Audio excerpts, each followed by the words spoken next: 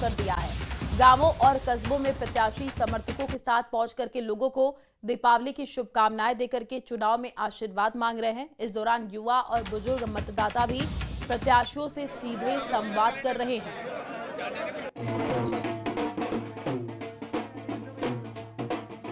तो देखिए, बीजेपी प्रत्याशी ने हनुमान मंदिर में पूजा अर्चना की है, उसकी तस्वीर आई है जो कि आपको दिखा रहे हैं। कांग्रेस प्रत्याशी ने बड़ा बालाजी में भी पूजा अर्चना की है, क्योंकि अब जो है चुनाव की तारीख नजदीक आ रही है और उससे पहले प्रचार प्रसार में जो प्रत्याशी हैं वो जुटे हुए हैं। मंदिरों में दर्शन के बाद जनता के बीच जाते हुए लोगों से राम राम करके समर्थन मांग रहे हैं। तस्वीरें आपको दिखा रहे हैं, ये देखिए, जो बीजेपी प्रत्याशी है वो हनुमान मंदिर पहुंचे, पूजा अर्चना की, तो वही कांग्रेस प्रत्याशी ने बड़ा बालाजी में पूजा की। अलग अलग तस्वीरें आई हैं।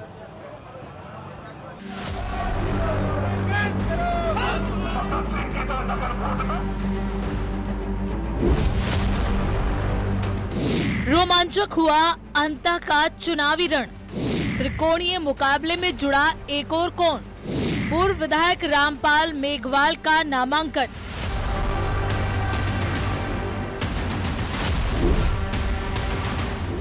बीजेपी के पूर्व विधायक रामपाल मेघवाल के नामांकन के साथ ही अंता का चुनावी मुकाबला बेहद रोमांचक हो गया है।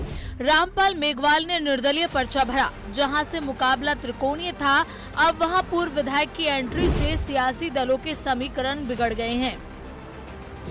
अंता के रण में मुकाबला बीजेपी के मोरपाल सुमन, कांग्रेस के प्रमोद जैन, पूर्व विधायक रामपाल मेघवाल और निर्दलीय नरेश मीणा के बीच होगा। चूंकि अंता में उपचुनाव हो रहा है, अंता का उपचुनाव वहाँ की जो क्षेत्रीय जनता है उनकी रिपोर्टिंग और उनकी मंशा के अनुसार निश्चित रूप से भारतीय जनता पार्टी चुनाव जीतेगी, क्योंकि वहाँ कांग्रेस के प्रत्याशी का जिस तरह का आतंक रहा है, जिस तरह का वहाँ खनन माफिया के रूप में उन्होंने काम किया है, आम जनता त्रहमाम है और तीसरे मोर्चे की कोई ज़्यादा बड़ी उपस्थिति वहाँ है नहीं। सब लोग समझ चुके हैं कि भारतीय जनता पार्टी और प्रदेश के मुख्यमंत्री आदरणीय भजनलाल शर्मा जी के नेतृत्व में राजस्थान का विकास गति से बढ़ा है। अंता विधानसभा उपचुनाव अब दिलचस्प मोड़ पर पहुंच चुका है। नामांकन की अंतिम तिथि बीतने के बाद कुल 21 प्रत्याशी मैदान में हैं। वहीं बीजेपी के पूर्व विधायक के निर्दलीय नामांकन पर प्रदेश अध्यक्ष मदन राठौड़ ने सख्त रुख अपनाया है। उन्होंने नामांकन को दुर्भाग्यपूर्ण बताया, साथ ही नामांकन वापस न लेने पर एक्शन की चेतावनी भी दी।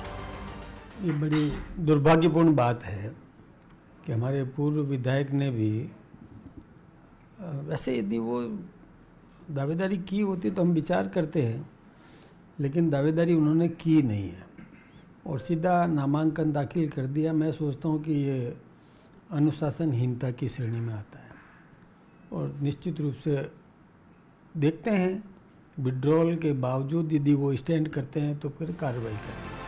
प्रदेश अध्यक्ष मदन राठौड़ समेत पार्टी के सभी नेता अंता उपचुनाव में बीजेपी की जीत का दावा कर रहे हैं। वहीं रामपाल मेघवाल की एंट्री ने कांग्रेस और बीजेपी दोनों के वोट बैंक पर असर डालने की संभावना बढ़ा दी है। Bureau report, news 18 Rajasthan.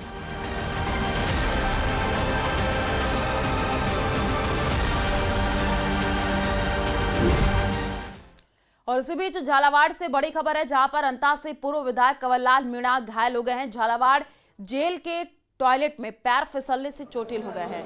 तो बड़ी खबर इस वक्त आपको बता रहे हैं। फिलहाल जिला एसआरजी अस्पताल में कंवरलाल मीणा का इलाज जारी है। बता दें कि एसडीएम को धमकाने के मामले में जेल में कैद है कंवरलाल मीणा। बड़ी खबर इस वक्त आपको बता रहे हैं झालावाड़ से, जहां पर अंता से पूर्व विधायक कंवरलाल मीणा घायल हो गए हैं। जानकारी मिल रही है कि झालावाड़ जेल के टॉयलेट में उनका पैर फिसल गया, चोटिल हो गए हैं। फिलहाल जिला एसआरजी अस्पताल में कंवरलाल मीणा का इलाज चल रहा है। आपको बता दें कि एसडीएम को धमकाने के मामले में वो जेल में कैद है।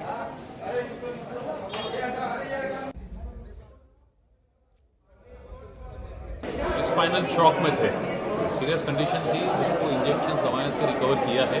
और अभी चूंकि हमारे एमआरआई की फैसिलिटी नहीं है, इसलिए चिकित्सकों ने उनको एमआरआई की सुविधा हेतु गवर्नमेंट मेडिकल कॉलेज कोटा में रखी है। एक बार एमआरआई हो जाएगी वहाँ पर, देखते हैं जब वहाँ एडमिट रखना है। और वहीं कोटपुतली के मांढर से बड़ी खबर है। पुलिस टीम को देख करके भागा मारपीट का आरोपी। जिया छिपने की कोशिश में कुएं में आरोपी गिरा है। ग्रामीणों के सहयोग से आरोपी को कुएं से बाहर निकाल लिया गया है। घायल आरोपी को अस्पताल में भर्ती कराया गया है। होटल संचालक से मारपीट का मामला दर्ज हुआ था। आरोपी राहुल सिंह है, कुतीना गांव का रहने। खबर राजस्थान पुलिस में एक बार फिर से बड़ा फेरबदल करते हुए 34 आईपीएस अधिकारियों के तबादले किए गए हैं। बड़ी खबर आपको बता रहे हैं और इस लिस्ट में जयपुर के पुलिस कमिश्नर का नाम शामिल है। अब बीजू जॉर्ज जोसेफ को एडीजी पुलिस कार्मिक विभाग में ट्रांसफर किया गया है। कार्मिक विभाग में अतिरिक्त महानिदेशक की भूमिका में रहे सचिन मित्तल को अब जयपुर का नया पुलिस कमिश्नर बनाया गया है। इसके अलावा 5 आईपीएस अफसरों को अतिरिक्त कार्यभार भी दिया गया है। इसके अलावा जयपुर रेंज आईजी बनाए गए राहुल प्रकाश का भी तबादला किया गया है।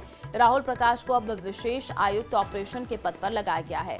साथ ही आईपीएस अधिकारी दिनेश एमएन को एडीजी उग्रवाद निरोधी दस्ता नियुक्त किया गया है। शहरों में वायु गुणवत्ता खराब है। भिवाड़ी में आज भी वायु गुणवत्ता गंभीर स्तर पर है। भिवाड़ी में AQI एयर क्वालिटी इंडेक्स 200 के स्तर पर है। चूरू की बात कर ले तो 237, श्रीगंगानगर में 293 है AQI। श्रीगंगानगर में 293 पर AQI का स्तर पहुंच चुका है, जो कि चिंता का विषय है। जयपुर की बात कर ले तो वायु गुणवत्ता में मामूली सुधार हुआ है। जयपुर में AQI 131 दर्ज किया गया है। तो जिस तरीके से लोगों ने दिवाली मनाई, आतिशबाजी हुई, उसके बाद से जो तस्वीरें निकल करके सामने आई, एयर क्वालिटी इंडेक्स किस तरीके से बढ़ा, लोगों को सांस लेने में दिक्कतों का सामना करना पड़ा। और भिवाड़ी में आज भी वायु गुणवत्ता गंभीर स्तर पर है। भिवाड़ी में AQI 200 के स्तर पर है। दिवाली के बाद अब धीरे धीरे जाकर एयर क्वालिटी इंडेक्स में सुधार आने लगा है। हालांकि राजस्थान के 22 ऐसे शहर हैं जहां अभी भी वायु की गुणवत्ता खराब बनी हुई है। अगर जयपुर, राजधानी जयपुर की बात करें तो आप देख सकते हैं धीरे धीरे जो है वो आसमान साफ होने लगा है। लेकिन दूर अगर क्षितिज पे देखा जाए तो अभी भी जो है वो कोहरा नजर आएगा, क्योंकि ये जो पॉल्यूशन है इसको यहाँ से निकलने के अंदर खासा टाइम लगेगा, क्योंकि पिछले 4-5 दिनों से लगातार आतिशबाजी हो रही है। लेकिन अब धीरे धीरे जाकर आतिशबाजी कम होने लगी है। भिवाड़ी में गुणवत्ता अभी भी बेहद गंभीर है, क्योंकि भिवाड़ी में AQI 200 के पार है। चूरू में 237 और गंगानगर में 221। तो जयपुर राजधानी की बात करें तो यहाँ पर जो है वायु गुणवत्ता के अंदर सुधार आया है और AQI इंडेक्स 131 पे आ चुका है। सुबह 7 बजे के आंकड़ों के मुताबिक माना जा रहा है कि धीरे धीरे जाकर वायु गुणवत्ता में सुधार होगा, क्योंकि अभी भी हवा में से प्रदूषण निकलना बाकी है। कैमरामैन दिलीप चेची के साथ आसिफ खान, न्यूज़ 18 जयपुर। और जोधपुर के भावी गांव में नाबालिग से दुष्कर्म की वारदात को अंजाम देने वाला आरोपी साजिद गिरफ्तार कर लिया गया है। यूपी का रहने वाला आरोपी साजिद एक जेसीबी चालक है, जिसने महज 3 साल की मासूम बच्ची के साथ हैवानियत को अंजाम दिया था। अब पुलिस ने त्वरित कार्रवाई किया है। आरोपी को पाली से गिरफ्तार कर लिया है। डिप्टी एसपी ग्रामीण भोपाल सिंह लखावत के मुताबिक आरोपी के पीड़िता के चाचा के साथ दोस्ताना संबंध थे और ऐसे में इस मामले को लेकर के लोगों में काफी आक्रोश है। फिलहाल मासूम बच्ची को जोधपुर रेफर किया गया है। घटना के सामने आने के बाद से ही लोगों में भारी गुस्सा है। आरोपी को फांसी देने की मांग कर रहे हैं।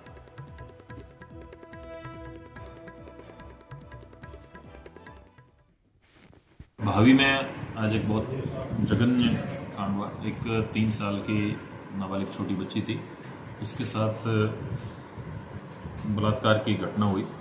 जो आरोपी था वो नामजद था, साजिद नाम का था, जेसीबी ड्राइवर चलाता था और लड़की के चाचा का परिचित भी था। उसके साथ घटना हुई। पुलिस को सूचना मिली, बच्ची को मेडिकल के लिए और इलाज के लिए उम्मीद हॉस्पिटल रेफर किया। मुलजिम की पतारासी में जब हमें सूचनाएं जो सूचनाएं मिलती गई, उसके आधार पर हमने संभावित स्थानों पर नाकाबंदी करवाई और उसको पाली। प्रदेश कांग्रेस का पूरा फोकस संगठन को मजबूत करने पर है और इसके लिए जिला अध्यक्षों के चयन की कवायद अंतिम दौर में है। राहुल गांधी जिला अध्यक्षों की सूची पर अंतिम मुहर लगाएंगे। ये रिपोर्ट देखिए।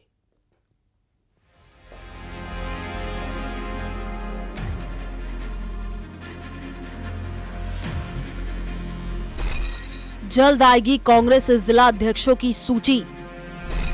प्रदेश भर में 3000 से भी ज्यादा दावेदार। 24 अक्टूबर को दिल्ली में एआईसीसी की अहम बैठक। राहुल गांधी लगाएंगे सूची पर अंतिम मुहर।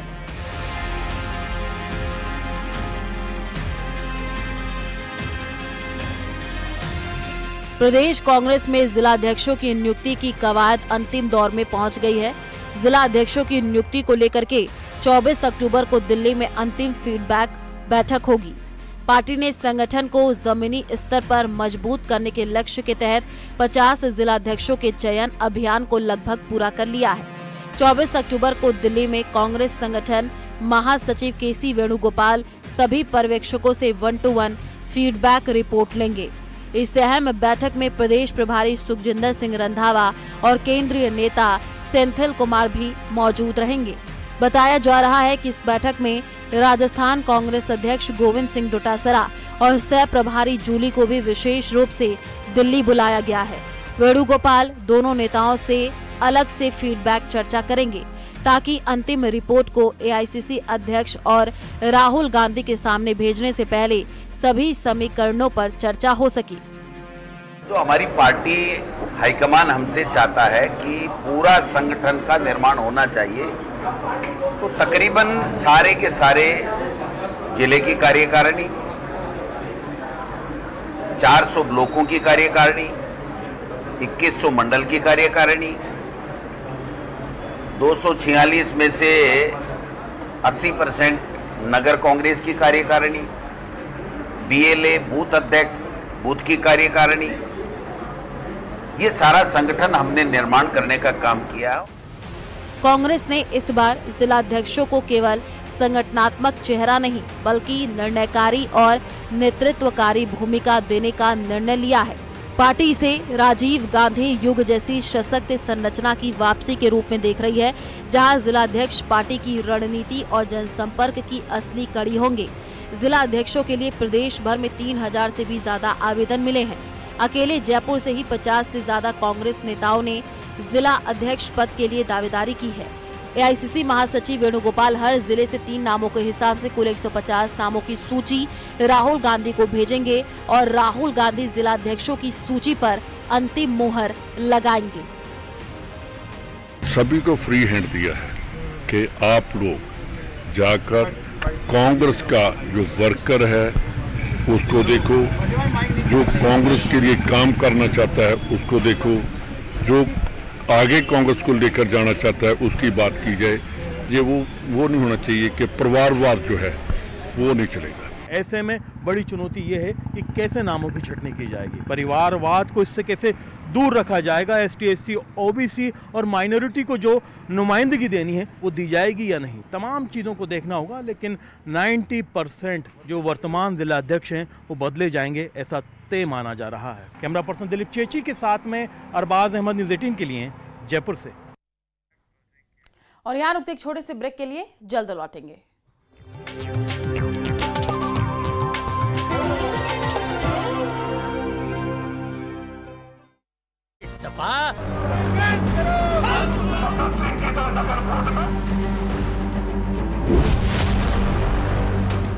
रोमांचक हुआ अंता का चुनावी रण। त्रिकोणीय मुकाबले में जुड़ा एक और कौन? पूर्व विधायक रामपाल मेघवाल का नामांकन।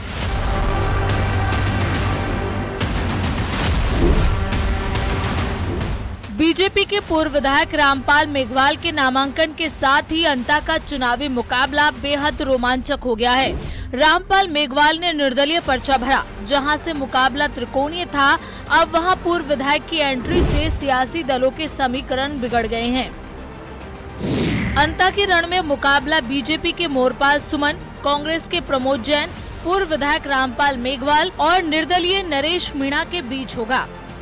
चूंकि अंता में उपचुनाव हो रहा है, अंता का उपचुनाव वहाँ की जो क्षेत्रीय जनता है उनकी रिपोर्टिंग और उनकी मंशा के अनुसार निश्चित रूप से भारतीय जनता पार्टी चुनाव जीतेगी, क्योंकि वहाँ कांग्रेस के प्रत्याशी का जिस तरह का आतंक रहा है, जिस तरह का वहाँ खनन माफिया के रूप में उन्होंने काम किया है, आम जनता त्रहमाम है और तीसरे मोर्चे की कोई ज़्यादा बड़ी उपस्थिति वहाँ है नहीं।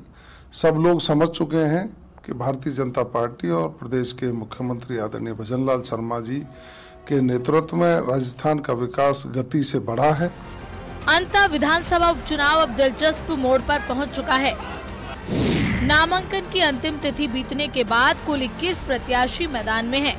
वहीं बीजेपी के पूर्व विधायक के निर्दलीय नामांकन पर प्रदेश अध्यक्ष मदन राठौड़ ने सख्त रुख अपनाया है।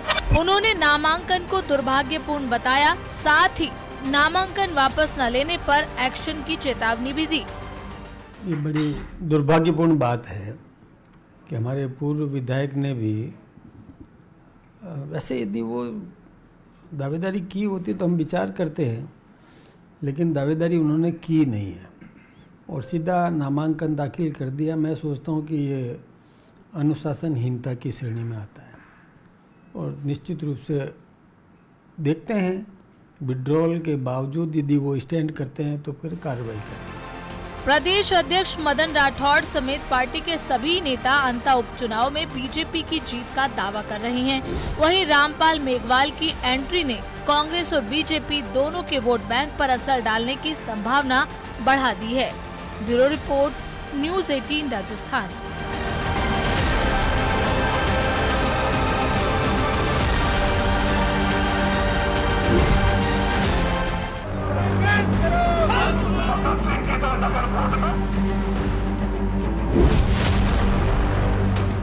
रोमांचक हुआ अंता का चुनावी रण। त्रिकोणीय मुकाबले में जुड़ा एक और कोण। पूर्व विधायक रामपाल मेघवाल का नामांकन